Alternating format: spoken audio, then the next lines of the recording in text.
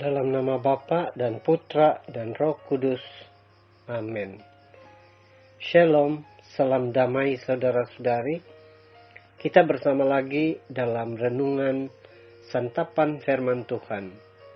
Pada hari ini, Rabu 21 Julai 2021. Bacaan firman Tuhan untuk kita renungkan bersama daripada Injil Matius bab 13 ayat 1 hingga 9. Mari bersama mendengarkan.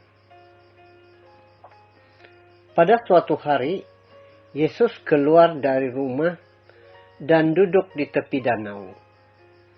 Maka datanglah orang banyak berbondong-bondong lalu mengerumuni dia. Sehingga ia naik perahu dan duduk di situ. Sedangkan orang banyak semuanya berdiri di pantai.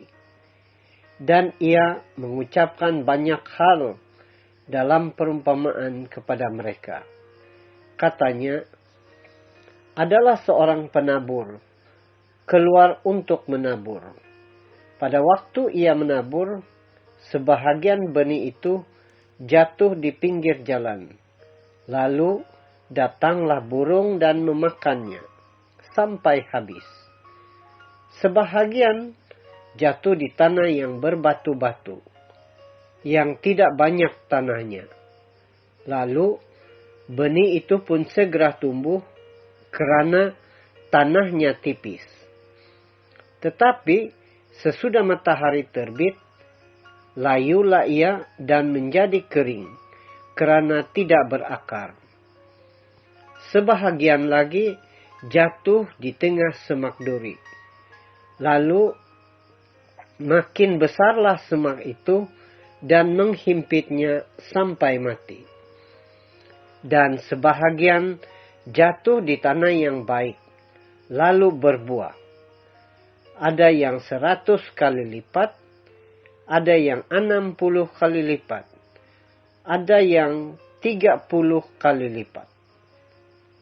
Siapa bertelinga, hendaklah ia mendengar. Demikianlah Injil Tuhan. Terpujilah Kristus. Saudara-saudari, sistem pembelajaran pada zaman ini sering berubah-ubah mengikut keadaan, masa, dan tempuh yang digaris pandukkan agar para pendidik dan pelajar dapat mencapai tahap penerimaan yang benar-benar berhasil.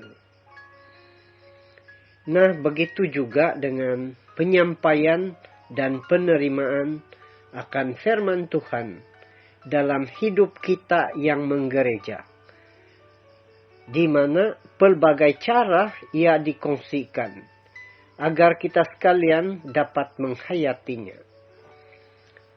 Namun, tidak semua orang mau mendengarkannya.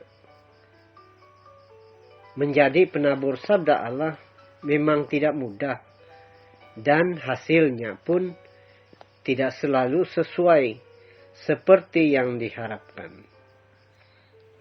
Saudara-saudari, perumpamaan tentang penabur benih menyatakan bagaimana sebenarnya hati seorang manusia yang banyak beragam, umpama tanah yang tidak semua baik keadaannya dan subur. Kalau benih yang ditabur jatuh di kawasan tanah yang tidak sesuai, tentulah hasilnya juga tidak menggembirakan. Akan tetapi, jika sebaliknya, sudah tentu berlipat gandalah tuaian hasilnya. Begitulah juga dengan benih sabda Allah, yang mana sukar bagi kita mendengar, memahami, dan melakukannya. Karena apa? Banyak sekali beban dan halangan-halangan yang menghimpit.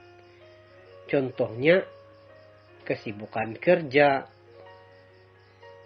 beban ekonomi, keadaan penyakit, atau kesehatan yang terganggu, dan mungkin juga keadaan keluarga yang tidak harmoni.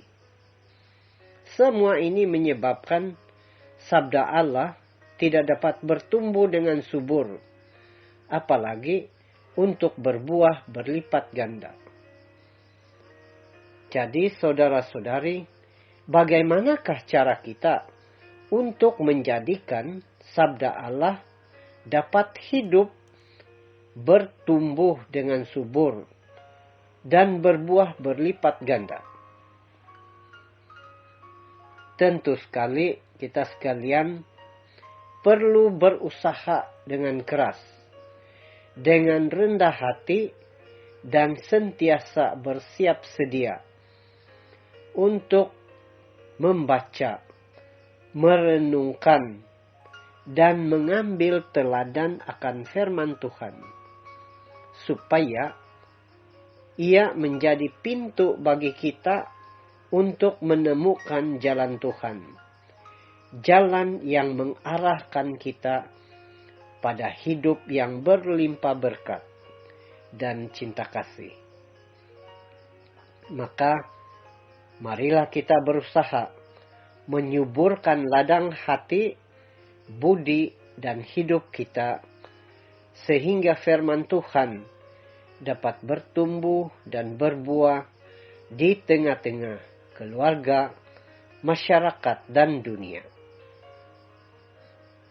Tuhan Yesus memberkati kita sekalian. Dalam nama Bapa dan Putra dan Roh Kudus. Amin.